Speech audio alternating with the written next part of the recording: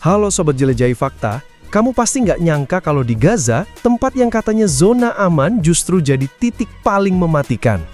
Pernah kepikiran nggak sih kalau orang-orang yang disuruh mengungsi demi keselamatan malah justru dibom di tempat tujuan?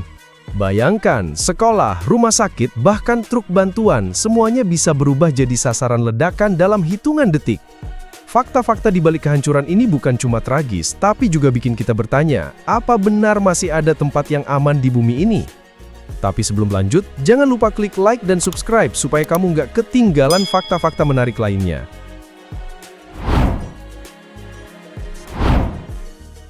Ribuan orang berjalan beriringan dalam diam, di antara runtuhan beton dan debu yang tak pernah benar-benar hilang dari udara. Mereka membawa tas seadanya, anak-anak digendong, dan wajah yang dipenuhi lelah. Tujuan mereka satu, zona aman. Tempat yang diumumkan sebagai lokasi paling terlindung, bernama Al-Mawasi. Zona itu ditunjuk oleh militer Israel sebagai titik evakuasi resmi. Siaran selebaran dari udara, pesan melalui ponsel, hingga peringatan radio menyuruh seluruh warga Gaza pindah ke sana. Katanya mereka akan aman, tidak akan ada serangan udara di tempat itu, tidak akan ada artileri, hanya tenda, pasir, dan harapan. Namun malam tanggal 26 September 2024, langit Al-Mawasi meledak dalam cahaya merah. Rudal jatuh tepat di tengah tenda pengungsi. Tidak ada peringatan, tidak ada jeda. Beberapa jam sebelumnya, banyak keluarga baru saja tiba dari Rafah. Mereka percaya bahwa di Al-Mawasi, mereka bisa tidur tanpa takut dibangunkan ledakan. Ketika pagi datang, tak ada suara. Hanya tangisan pelan dari seorang anak perempuan yang berdiri di antara kain tenda yang terbakar. Ia memegang boneka yang kehilangan separuh kepalanya. Di belakangnya, tubuh ibunya telah membeku. Seorang relawan pertahanan sipil menggali reruntuhan dengan tangan kosong, memanggil nama-nama yang tak lagi menjawab. Padahal, Al-Mawasi adalah zona aman. Itu kata mereka. Tapi kenyataannya, serangan itu menewaskan puluhan pengungsi, termasuk bayi yang baru lahir. Human Rights Watch dan Amnesty International mencatat bahwa tidak ada bukti kehadiran militan atau fasilitas militer di lokasi tersebut. Artinya, serangan itu murni menyasar warga sipil. Lebih tragis lagi, serangan ke zona aman bukanlah hal baru. Dalam laporan OCHA bulan sebelumnya, setidaknya 7 zona evakuasi yang ditetapkan oleh militer Israel justru menjadi target pengeboman dalam 2 minggu terakhir. Bahkan dalam kasus tertentu, warga yang mengikuti rute evakuasi resmi malah diserang di jalan. Seorang ibu bernama Khaled, yang selamat dari pemboman di Deir al-Balah, mengatakan bahwa ia merasa seperti tikus dalam perangkap. Kami hanya disuruh lari ke sana, ke sini, tapi selalu dibom lagi, katanya dalam wawancara dengan media lokal. Ia kehilangan 2 anaknya dalam 2 evakuasi berbeda. Ironisnya, narasi zona aman justru digunakan untuk membenarkan perluasan operasi militer. Setelah warga dievakuasi dari satu wilayah, tempat itu dibombardir habis-habisan, lalu diklaim bebas dari warga sipil. Tapi faktanya, evakuasi itu sendiri tidak pernah benar-benar menyelamatkan mereka. Dalam catatan organisasi Dokter Tanpa Batas, sebagian besar korban luka di zona aman adalah anak-anak dan perempuan. Mereka datang dengan luka parah, seringkali tak sadar, dan petugas medis tak bisa berbuat banyak karena tidak ada pasukan obat atau listrik. Mereka menyebut situasi ini sebagai penghancuran sistematis terhadap rasa aman. Satu kalimat paling sering muncul dari pengungsi yang berhasil diwawancarai adalah ini, "Tidak ada tempat aman di Gaza." Kalimat itu diulang berkali-kali, seperti doa yang kehilangan makna. Seakan tak peduli seberapa jauh mereka berlari, bom akan selalu lebih cepat daripada langkah mereka. Dan semakin hari, zona aman itu menjadi jebakan psikologis. Ketika warga tak lagi percaya pada peta evakuasi, mereka berhenti bergerak. Mereka memilih tinggal di antara runtuhan daripada mempertaruhkan nyawa untuk harapan palsu. Mereka tahu, yang disebut tempat aman bisa jadi hanya nama kosong di atas pasir.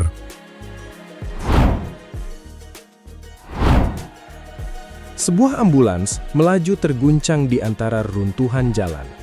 Di dalamnya, tubuh seorang bocah tergeletak tanpa gerak, dibungkus dengan selimut penuh debu dan darah. Tapi, yang lebih menakutkan bukan lukanya, melainkan kenyataan bahwa rumah sakit terdekat mungkin sudah tidak ada lagi. Dalam 3 bulan pertama serangan, lebih dari 60% bangunan di Gaza telah rusak atau rata dengan tanah. Dari kantor pemerintahan hingga toko roti, dari sekolah hingga rumah ibadah, semuanya jadi sasaran, tak terkecuali rumah sakit. Salah satu rumah sakit terbesar di Gaza, Al-Shifa, dijadikan target utama. Digempur, dikepung, dan akhirnya dilumpuhkan. Pasien yang belum bisa dipindahkan, ditinggalkan tanpa listrik, tanpa oksigen, bahkan tanpa perawat. Seorang bayi prematur meninggal karena inkubator mati selama 14 jam. Laporan dari Organisasi Kesehatan Dunia mencatat setidaknya 465 fasilitas medis telah diserang sejak Oktober 2023. Lebih dari 700 tenaga medis gugur. Sisanya bekerja dalam kondisi di luar batas kemanusiaan. Mereka melakukan operasi tanpa anestesi, menambal luka dengan kain sobek, dan menyuntik dengan air garam yang telah tercemar. Pemandangan rumah sakit berubah menjadi kamp pengungsian. Koridor penuh dengan tandu, halaman dipenuhi tenda darurat, dan generator yang terus mati karena kehabisan solar. Di satu sisi, pasien berteriak karena infeksi. Di sisi lain, keluarga mereka menunggu jenazah yang tak bisa segera dikubur. Bukan hanya fasilitas medis, sekolah-sekolah, bahkan yang dikelola Badan Pengungsi PBB (UNRWA), menjadi tempat tinggal bagi ribuan warga yang kehilangan rumah. Tapi mereka pun diserang. Sekolah menjadi puing, buku-buku hangus terbakar, dan papan tulis berlumur darah. Seorang guru bernama Mahmud masih menyimpan seragam siswanya yang ditemukan tertimbun puing. Ia bilang, anak-anak itu dulu belajar mengeja huruf dengan suara keras. Sekarang, nama mereka hanya bisa dieja di batu nisan kecil dari batas sisa bangunan. Lembaga Hak Asasi Manusia menyatakan bahwa ini adalah kehancuran infrastruktur paling brutal di abad ke-21. Namun, yang lebih menyayat adalah dampak psikologisnya. Anak-anak mulai menggambar tank dan pesawat tempur di buku kosong. Mereka memainkan permainan jadi martir, seperti anak lain bermain dokter-dokteran. Sementara itu, sistem distribusi air bersih dan listrik pun berhenti total.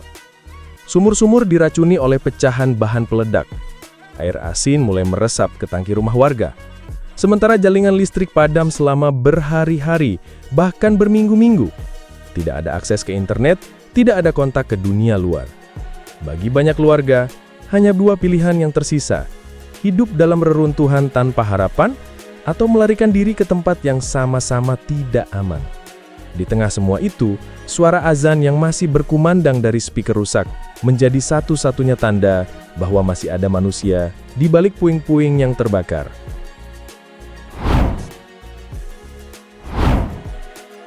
Langit Gaza yang biasanya biru kini terlihat kelabu, tertutup asap dari bom dan pembakaran sampah. Di bawahnya, ratusan orang antre di tengah panas, menunggu roti. Tapi roti itu tidak pernah datang. Truk bantuan tertahan di perbatasan. Dan satu-satunya hal yang lebih menyakitkan daripada kehilangan rumah adalah kehilangan harapan untuk makan. Lebih dari 2 juta jiwa kini hidup dalam kelaparan akut. Laporan dari Organisasi Pangan Dunia dan WHO menyatakan bahwa 1 dari 5 anak di Gaza mengalami malnutrisi parah. Kulit mereka menempel ke tulang. Mata mereka cekung. Dan tangisan mereka terdengar seperti bisikan pelan kematian yang tak terbendung. Salah satu kisah paling menggetarkan datang dari keluarga Al-Shair di Han Yunis. Mereka ditemukan meninggal dalam posisi memeluk satu sama lain di tempat tidur mereka. Tidak ada luka, tidak ada ledakan, hanya tubuh-tubuh yang perlahan melemah karena tidak makan selama 5 hari berturut-turut. Truk bantuan yang biasanya berjumlah 500 per hari sebelum perang, kini hanya 20 hingga 30 yang berhasil masuk. Itu pun setelah berjam-jam pemeriksaan. Beberapa truk bahkan dikembalikan karena membawa air minum dalam botol plastik yang dianggap mencurigakan. Sementara warga hanya punya air keruh dan serpihan tepung basi. Para pengungsi mencoba memasak apapun yang mereka temukan. Daun-daunan liar, kulit jeruk busuk, kardus yang direndam untuk rasa. Dalam satu rekaman dari jurnalis lokal, seorang ibu mengaduk sup dari batu dan air agar anaknya berpikir mereka akan makan malam bersama. Distribusi bantuan pun tidak aman. Banyak warga yang justru menjadi korban ketika berkumpul di titik distribusi. Dalam tragedi Jalan Rashid, lebih dari 100 orang tewas ditembak saat berusaha mendekati truk bantuan. Tubuh-tubuh mereka bertumpuk di atas karung tepung yang belum sempat dibuka. Israel menolak tuduhan bahwa mereka sengaja menghambat bantuan. Namun, lebih dari 140 organisasi kemanusiaan internasional dalam surat terbuka menegaskan bahwa blokade dan serangan sistematik terhadap jalur distribusi adalah bentuk kejahatan kemanusiaan. Di sisi lain, kelaparan bukan hanya akibat perang. Ia menjadi senjata, alat untuk menundukkan dan melemahkan warga sipil tanpa perlu peluru. Ketika perut kosong, orang berhenti berdebat. Mereka berhenti bertanya. Mereka hanya bertahan. Dan dalam diam itu, kehancuran berlangsung lebih cepat. Sementara itu, dunia menonton dari layar. Gambar anak-anak yang makan rumput, lansia yang pingsan di tenda, remaja yang menangis karena tak bisa memberi adik mereka seteguk air. Semuanya beredar viral, tapi bantuan nyata nyaris tak ada. Birokrasi dan politik mengalahkan urgensi kemanusiaan.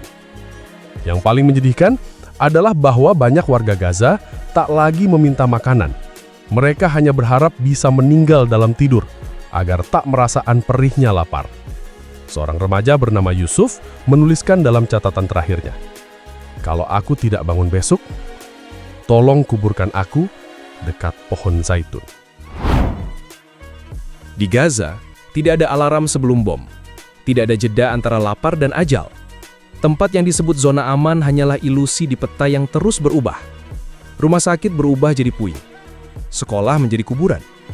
Anak-anak tak lagi menggambar pelangi, tapi tank dan pesawat. Ketika suara dunia semakin pelan, jeritan warga Gaza justru makin keras. Bukan karena mereka ingin didengar, tapi karena mereka ingin tetap ada. Karena di tanah kecil yang terkepung itu, mereka tak meminta keadilan. Mereka hanya ingin hidup. Dan hari ini, bahkan hidup pun terasa terlalu mewah. Terima kasih sudah menonton Jelajahi Fakta. Jangan lupa klik like, tinggalkan komentar, dan subscribe agar kamu tidak ketinggalan fakta-fakta mengejutkan lainnya. Aktifkan juga lonceng notifikasi agar kamu jadi yang pertama saat kebenaran dibuka di depan mata.